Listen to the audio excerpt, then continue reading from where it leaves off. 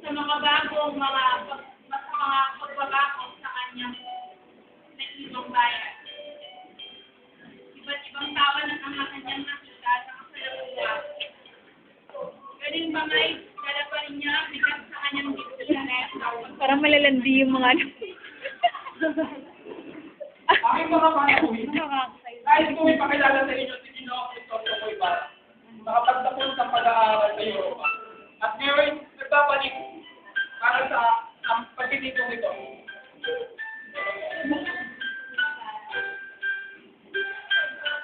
Ano yung sinilibig kita?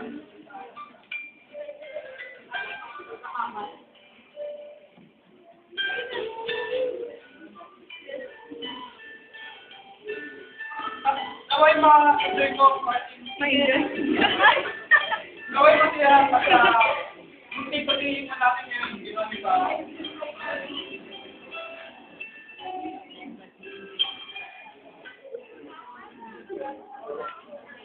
Sino ka dyan, Mary? Sa Balconaje ni Maria Clara at Crisostong iba.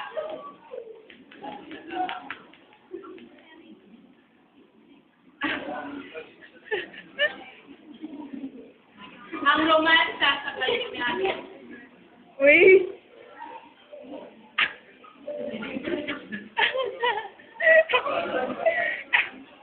Romansa.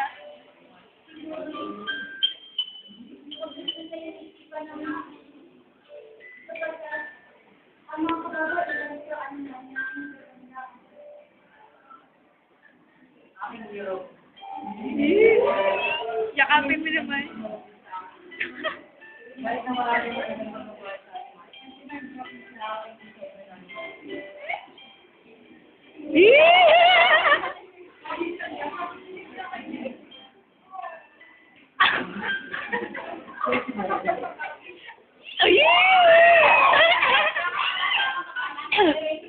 Romansa na. Romansa na. Noon may pumasok na dalawang bata sa isang naging seminarista. Sila ay si Crispin at si Basilio. Na siya namang pinagmalupitan ni Padre Cesario.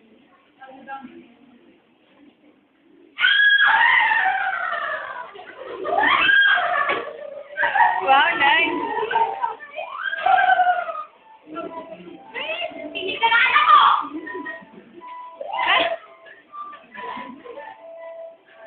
Hindi ka anak ko!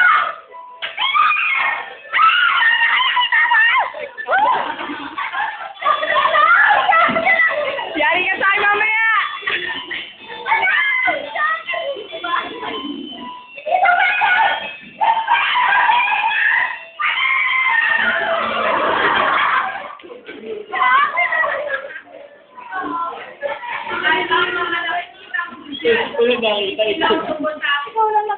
Parang ako lang nakita niya. Mamaya ako utang sa akin. Makinig kayo. Kayo, tatapin ko. Bakit?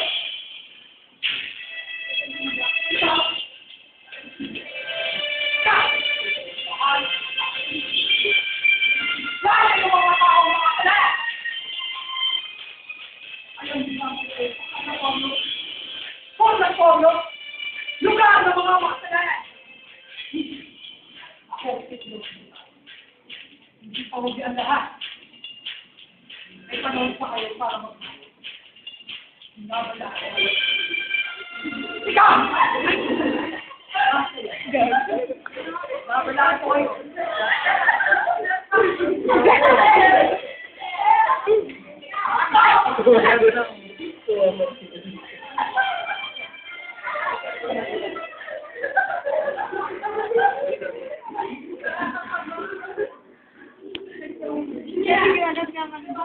Mamaya pa tayo.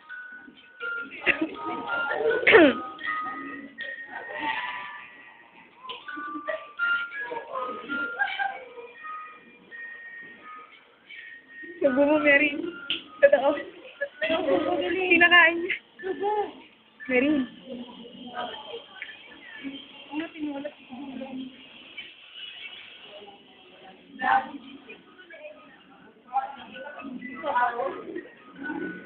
Sabi mo lang. Kainin mo yung chicken.